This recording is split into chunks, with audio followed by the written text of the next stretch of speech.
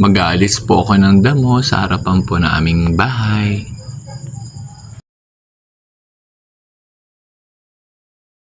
For today's video po, naisipan ko kung ayusin naman po yung aming harapan ng bahay.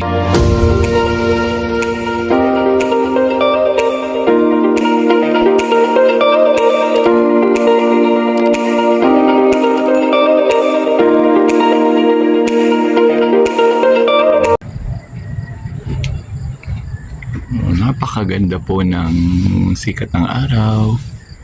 Maganda po ang araw na ito kasi awa po ng Diyos ay wala pong ulan. Yan po, napakaganda po ng panahon. Magandang araw po sa ating lahat, mga taga-suporta ko, mga subscribers at saka mga manonood ko. Magandang umaga po, magandang araw po sa inyong lahat, magandang tanghali, magandang hapon, magandang gabi, kung ano man pong oras na mapapanood ang video na ito. For today's video po, naisipan ko kung ayusin naman po yung aming harapan ng bahay.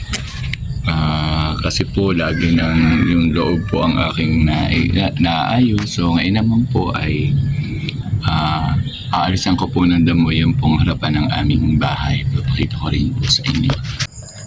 Ito po ang harapan ng aming bahay. Makikita po ninyo na natabunan na po ng mga damo ang aking tinanim na halaman. Ito naman po ang kabilang side ng aming harapan. So, ganun din po. Talaga naman pong malalago na naman po ang damo.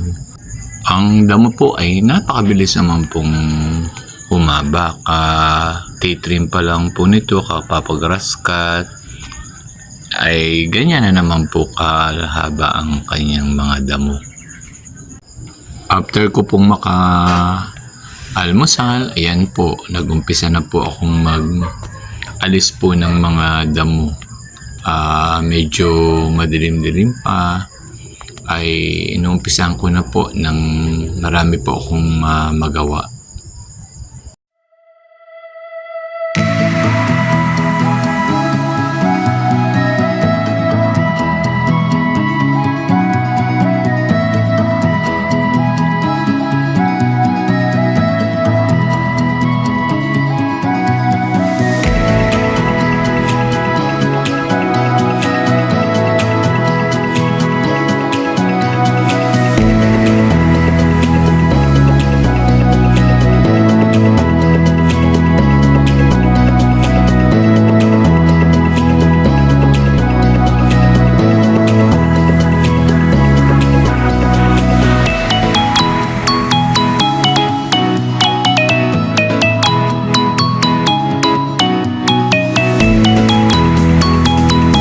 Nakatapos na po akong magwalis, nakakaaliw po, ang linis na po. Yan, ang po ang aking mga winalis. Yan. Mahilig din po talaga akong magwalis-walis. Yan, pagkagising po ng bahay, ay walis-walis na po ng paligid. Yan, nakakapati po. Loob po'y binalisan ko na at isa na lang pong linisan.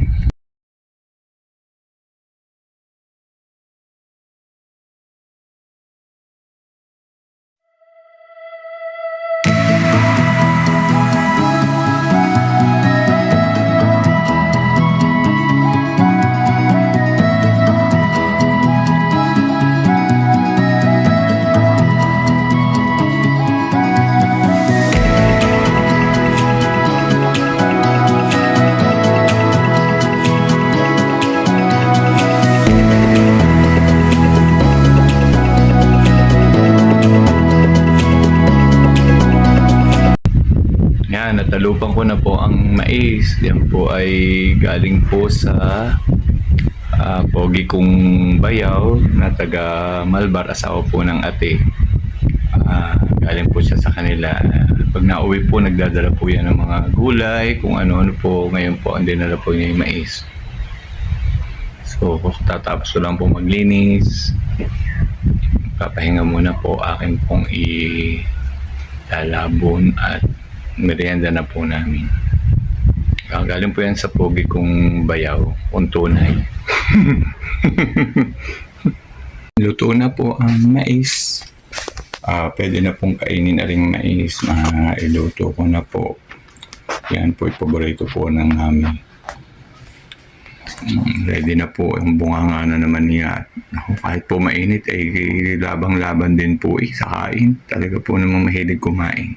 Yan, ito po ang kanya. Mas maganda po at talagang pilian pa po yan. Gusto po niyan yung mas malaki pa. Ay tingnan naman po ninyo ang aking bukikik.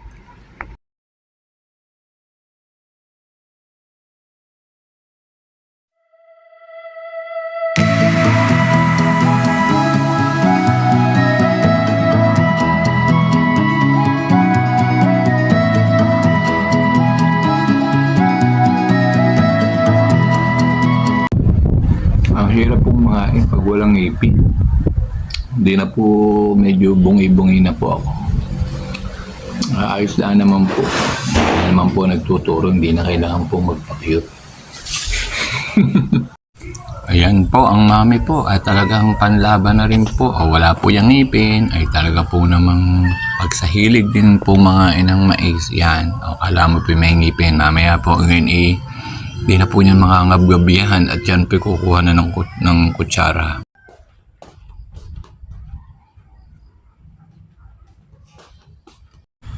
Finally po, natapos ko rin pong alisan po ng damo at itrin po ng kaunti ang mga damo sa tagiliran.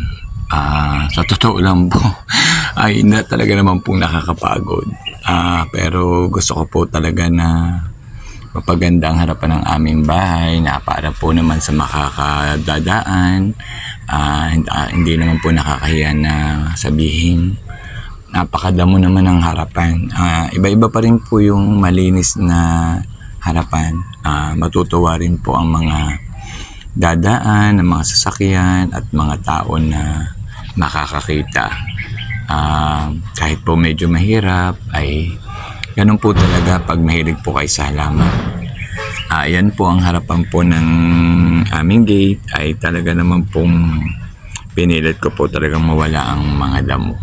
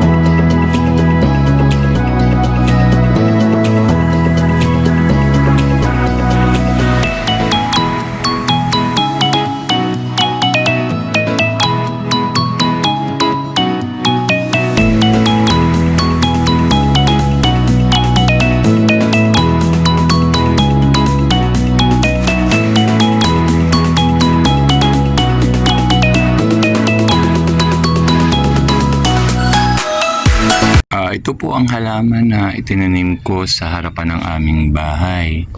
Nakakatuwa din po ang kulay. Maganda rin po siya sa mata.